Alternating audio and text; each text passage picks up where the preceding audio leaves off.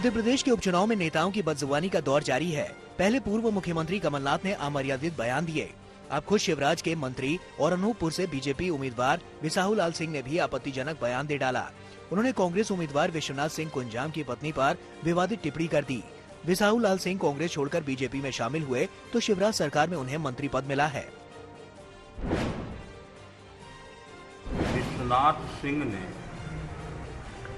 अपने पहली औरत जो वर्तमान में उसका ब्यौरा नहीं दिया है कि मेरा एक औरत और है जिसका शादीशुदा है, औरत का ब्यौरा दिया है, तो उनसे पता लगाओ कि तुम्हारे पुरान वाले औरत कहाँ थे, वो बताओ ना कि मेरा दूसरी औरत है। इमरती देवी पर विवादित बयान देने वाले कमलनाथ ने आखिरकार अफसोस जताया है। हालांकि वो मानने को तैयार नहीं कि उनका बयान गलत था। कमलनाथ के मुताबिक उन्होंने कोई अपमानजनक बात नहीं की। उनके मुताबिक अगर कोई सोचता है कि ये असम्मानित है तो उन्हें इस बात का खेद है। कहते मैंने असम्मानित बात करी, कौन सी असम्मानित? मैं सम्मान करता हूं भाई, मैं सम्मान करता हूं। और कोई सोचता है असम्मानित बात कोई, मुझे इस बात का खेद है। पर ये कह देना कि ये महिलाओं का अपमान हो गया, सब महिलाओं का सम्मान होना चाहिए, इसमें कोई शक है? इससे पहले कमलनाथ ने शिवराज को चिट्ठी लिखकर उन्हें झूठा करार दिया था। कमलनाथ ने अपने खत में लिखा है कि उन्होंने डबरा की सभा में कोई अपमानजनक टिप्पणी नहीं की, लेकिन शिवराज सिंह ने सोनिया गांधी को लिखे खत में झूठ परोस दिया। शिवराज सिंह ने सोमवार को धार की सभा में कमलनाथ पर तीखा हमला बोला। कमलनाथ की तुलना दुर्योधन और दुशासन से करते हुए शिवराज ने कहा कि महिलाओं का अपमान करने वालों का कोई नाम लेने वाला नहीं बचा। इससे पहले बीजेपी ने एमपी में कई जगहों पर कमलनाथ के खिलाफ प्रदर्शन किए। बुरहानपुर में कमलनाथ की रैली से पहले बीजेपी की महिला कार्यकर्ताओं ने काले झंडे लेकर जुलूस निकाला।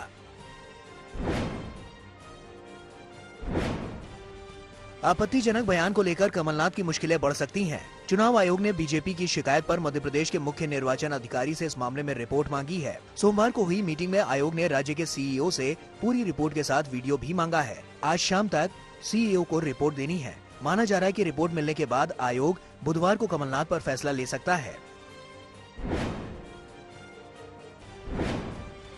उधर इमरती देवी ने कमलनाथ के खिलाफ प्राथमिकी दर्ज कराने की बात कही है। दूसरी ओर राष्ट्रीय महिला आयोग भी कमलनाथ को नोटिस भेजकर जवाब तलब करने जा रही है। यानी कोई ताज्जुब नहीं कि महत्वपूर्ण उपचुनाव की घड़ी में कमलनाथ और कांग्रेस फिर से घिर जाए।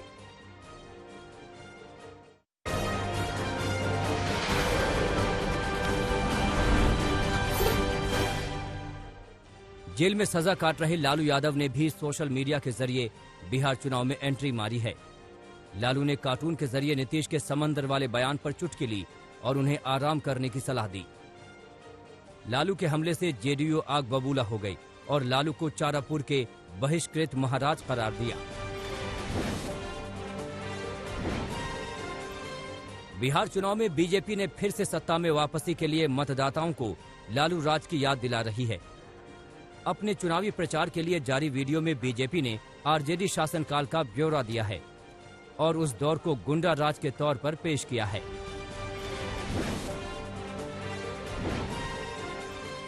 इस बार के चुनाव में सीएम नीतीश दो तरफा घिरे हैं। आरजेडी उन पर लगातार हमले कर रही है। तेजस्वी यादव ने उन्हें चुनौती दी है कि किसी भी मुद्दे पर बहस कर लें। दूसरी तरफ एलजेपी अध्यक्ष चिराग पासवान भी नीतीश के खिलाफ मोर्चा खोल रहे हैं।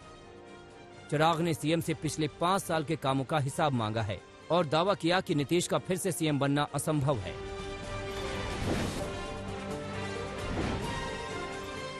किशनगंज में तीसरे चरण के चुनाव के नामांकन के दौरान अजब गजब रंग दिखे।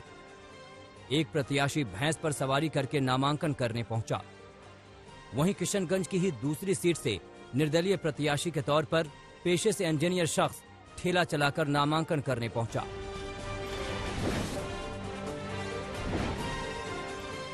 बीजेपी अध्यक्ष जेपी नड्डा ने कहा है कि कोरोना की वजह से सीएए में देरी हुई, लेकिन यह कानून जल्द लागू किया जाएगा।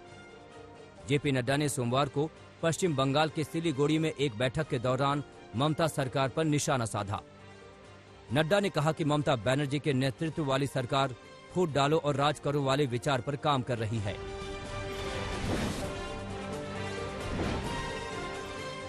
जम्मू कश्मीर क्रिकेट एसोसिएशन में घोटाले को लेकर नेशनल कॉन्फ्रेंस अध्यक्ष फारूक अब्दुल्ला से ईडी ने पूछताछ की है। इसे लेकर फारूक अब्दुल्ला के बेटे उमर अब्दुल्ला ने आरोप लगाया है कि ये कार्रवाई गुपकार समझौते को लेकर राजनीतिक बदला है।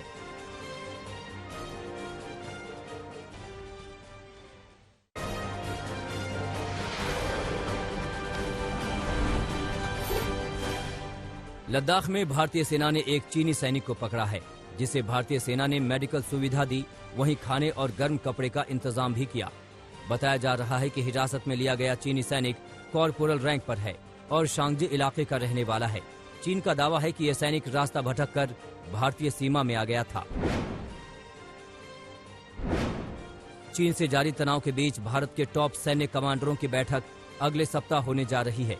इस बैठक में लद्दाख LAC के मौजूदा हालात और भारत के भारी भरकम 13 लाख सैन्य बलों में रिफॉर्म्स पर चर्चा होगी।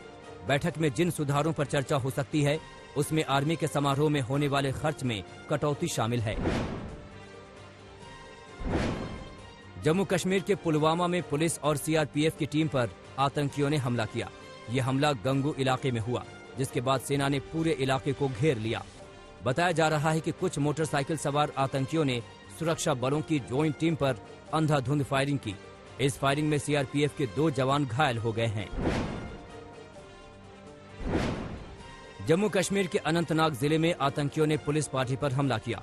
मस्जिद से घर लौट रहे पुलिस अफसर की आतंकियों ने गोली मारकर हत्या कर दी। ये घटना जिले के बिजबहेड़ा इलाके की है। इंस्पेक्टर मोहम्मद अशरफ भट्ट को बिजबहेड़ा हॉस्पिटल ले जाया गया। यहाँ डॉक्टर्स ने उन्हें मृत घोषित कर दिया। अशरफ पुलवामा के लेटपुरा में पुलिस ट्रेनिंग सेंटर में पोस्टेड थे। जम्मू कश्मीर के बारामूला में सेना को बड़ी कामयाबी मिली है, जहां लश्कर-ए-तोयबा के 2 आतंकियों को सेना ने पकड़ा है। इन आतंकियों के पास से भारी मात्रा में हथियार बरामद हुए हैं। पुलिस को आतंकियों के छिपे होने की जानकारी मिली थी, जिसके बाद आतंकियों की धरपकड़ का काम शुरू किया गया।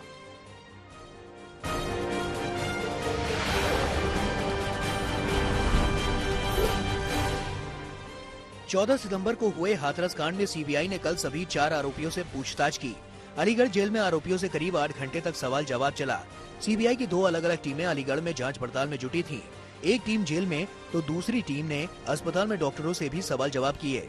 अलीगढ़ के जवाहरलाल नेहरू मेडिकल कॉलेज में ही पीड़िता को हाथरस से लाकर भर्ती कराया गया था।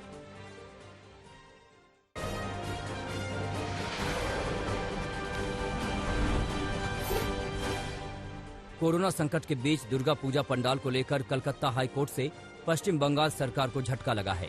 कलकत्ता हाईकोर्ट ने सभी पूजा पंडालों को नो एंट्री जोन घोषित किया है। राज्य में सभी दुर्गा पूजा पंडाल अब आगंतुकों के लिए नो एंट्री जोन होंगे। हाईकोर्ट ने आदेश दिया है कि पंडाल में केवल आयोजकों की एंट्री होगी और पंडाल के बाहर आयोजकों के नाम का उल्लेख किया जाएगा। राज्य सरकार ऑर्डर की कॉपी मिलने के बाद सुप्रीम कोर्ट का दरवाजा खटखटाने के विकल्पों पर विचार कर रही है। दिल्ली में कोरोना का कहर जारी है। राजधानी में पिछले 24 घंटे में कोरोना के 2154 मामले सामने आए, जिसके साथ ही कुल मामले 3,33,171 तक पहुंच गए। 24 घंटे में 31 मरीजों ने दम तोड़ा। दिल्ली में अब तक कुल 6,040 लोगों की मौत हो चुकी है। वहीं अब तक कुल 3,04,561 लोग ठीक हुए। दिल्ली महिला आयोग की हेल्पलाइन नंबर 181 से 6 कर्मचारी कोरोना संक्रमित हो गए हैं। इनमें से 2 सुपरवाइजर और 4 काउंसलर शामिल हैं। कोरोना की चपेट में आई सभी कर्मचारियों को होम आइसोलेट कर दिया गया है। आयोग ने अपने कार्यालय को सैनिटाइज कर शाम की शिफ्ट के कर्मचारियों को वर्क फ्रॉम होम में कार्यरत किया है। दिल्ली में एक बार फिर तेजी से बढ़ रहे प्रदूषण ने सरकार की टेंशन बढ़ा दी है। मुख्यमंत्री अरविंद केजरीवाल ने केंद्रीय पर्यावरण मंत्री प्रकाश जावड़ेकर से मिल बैठकर पराली का हल निकालने की अपील की है। केजरीवाल ने एक बार फिर पराली को प्रदूषण की बड़ी वजह बताया। साथ ही सलाह दी कि प्रकाश जावड़ेकर को प्रदूषण पर हरियाणा, पंजाब, दिल्ली और उत्तर प्रदेश के साथ हर महीने बैठक करनी चाहिए और पराली का समाधान निकालना चाहिए। दिल्ली में प्रदूषण को लेकर केजरीवाल सरकार की मीटिंग का दौर जारी है। दिल्ली के पर्यावरण मंत्री गोपाल राय ने एक बार फिर दिल्ली में ऑड इवन लागू करने के संकेत दिए हैं। दिल्ली सरकार रेड लाइट जली गाड़ी बंद अभियान पर ध्यान दे रही है। 21 अक्टूबर से ग्राउंड लेवल पर इस अभियान की शुरुआत होगी, जिसमें लोगों से रेड लाइट ऑन होने पर गाड़ियां बंद करने की अपील की जाएगी।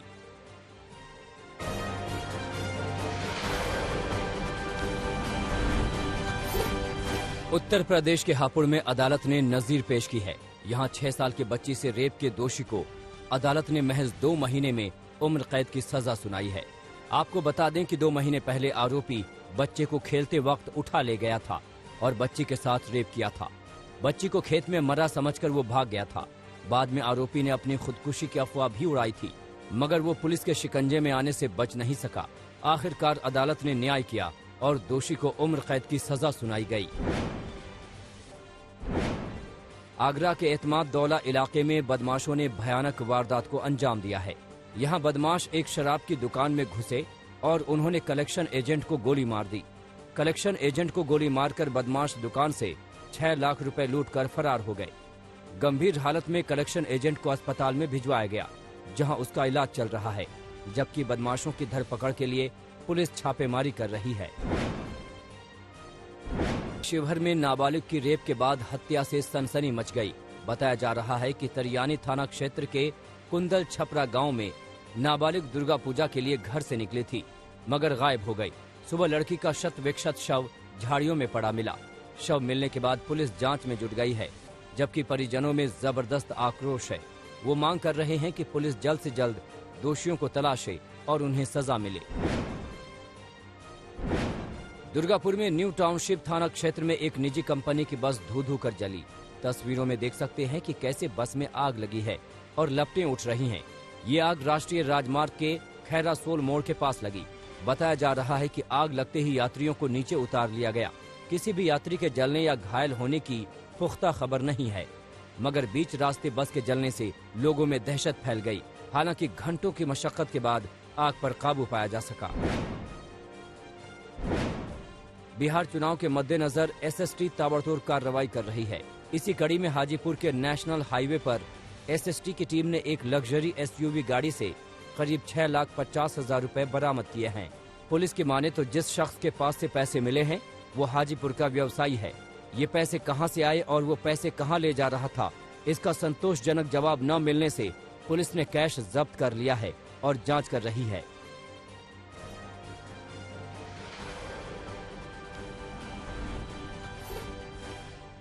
फ्रांस में टीचर की हत्या के मामले में इस्लामिक कट्टरपंथियों के खिलाफ पुलिस ने कार्रवाई शुरू कर दी है।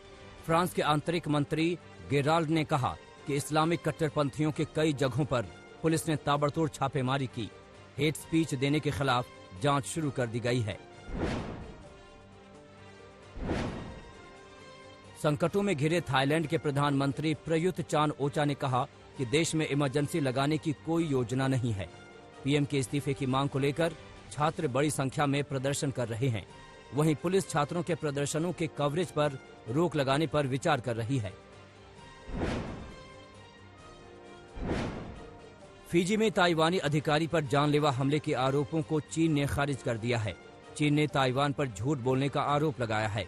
ताइवान ने अपने अधिकारी पर चीन पर जानलेवा हमले का आरोप लगाया था। दुनिया में कोरोना वायरस का कहर जारी है। अब तक इस बीमारी से संक्रमितों की संख्या 4,03,00,000 के पार पहुंच गई है। कोरोना महामारी से अब तक 11,19,000 से ज्यादा लोगों की जान जा चुकी है। अमेरिका में चुनाव में कोरोना का मुद्दा गर्म है। राष्ट्रपति पद के डेमोक्रेटिक उम्मीदवार जो बाइडेन ने राष्ट्रपति ट्रंप पर बड़ा आरोप लगाया है। बाइडेन ने ट्रंप को कोरोना रोकने में पूरी तरह से नाकाम बताया और कहा कि ट्रंप के सारे दावे गलत साबित हुए हैं।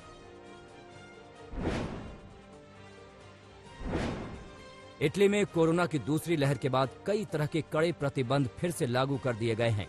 सरकार ने फिर से हाल में लॉकडाउन लगाने की अटकलों को खारिज कर दिया है। यहां पिछले 24 घंटे में 11,700 से ज्यादा नए केस दर्ज किए गए।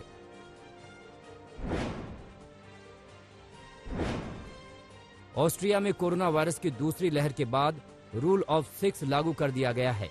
घर के अंदर सिर्फ 6 लोगों को सभा करने की अनुमति होगी, जबकि बाहर सिर्फ 12 लोगों को ही आम सभा की अनुमति होगी। ऑस्ट्रेलिया के सबसे बड़े शहर मेलबर्न में कोरोना में हुई गिरावट के बाद लॉकडाउन प्रतिबंधों में ढील दे दी गई है। मेलबर्न शहर में अब आम सभाओं की अनुमति होगी और गोल्फ और टेनिस फिर से शुरू किए जाएंगे।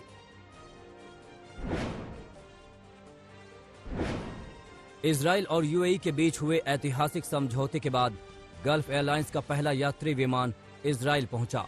वहां उसका जोरदार स्वागत किया गया। यूएई ने कहा कि इससे दोनों देशों के संबंध और मजबूत होंगे। शंघाई फैशन कार्निवल का आगाज हो गया है। फैशन शो में रैंप पर मॉडल्स जलवा बिखेरती नजर आईं। इस फैशन शो में कई तरह के कलेक्शन भी पेश किए गए।